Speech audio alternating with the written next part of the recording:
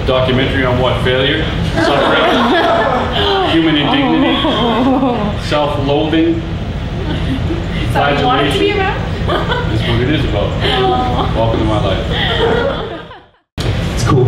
I just turned 29 recently. It's a good age. I like being 29 because you get to see where all your friends are going in life, like the careers they choose and stuff. And I had this one friend of mine. He moved to Ireland to become a rapper. That's what he did. That's like me moving to Saskatchewan to become a mountain climber.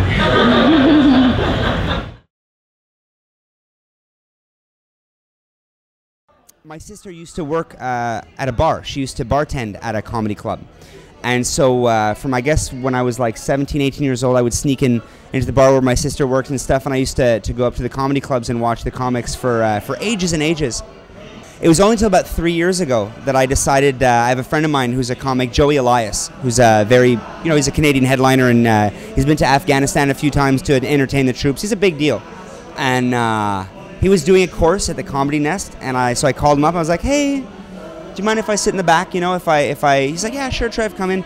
And from there, I guess it was just, I guess those 8 or 9 years that I had watched comedy, I had sort of like built up all this sort of hidden material and stuff, and I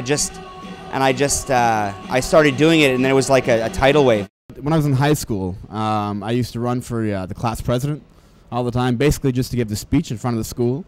And when I was, the first time I ran was in grade 10, and I basically gave this speech, and it was, I just wrote it the night before, and it was, I tried to make it funny, right? And when I delivered it, it was like 400 people. Every joke I made, if I could laugh, so it was like 400 people going, losing their minds, right?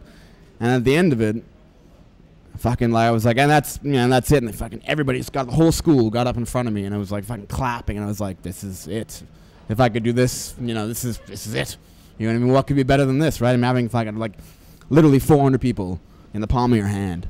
But anyway, so being from Vanier, you see a lot of weird things, and I was thinking, is Vanier the only place in the world, well, actually, hold on, Vanier and Bangkok, I think, are probably the only 2 places in the world where pimps have to drive 10-speed Norco bikes to get around town.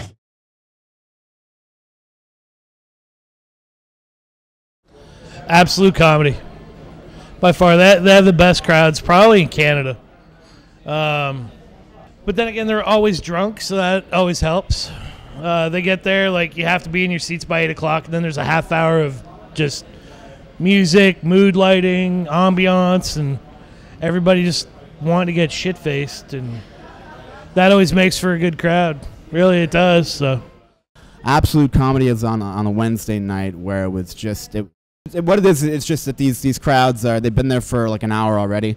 They're comfortable, they're drinking, they're having a good time. Most of them have gotten free.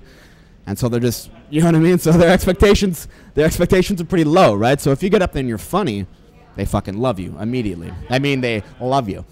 So I mean, and it was just one of those things where it's like where everything hits, every single, like where setups hit.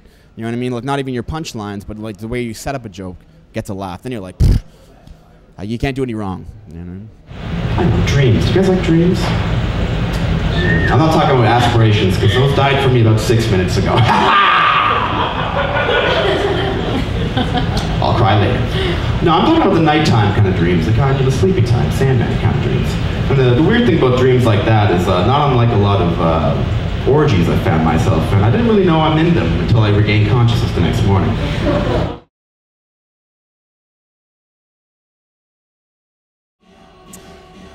The chicks. No, there are no chicks. There are no chicks.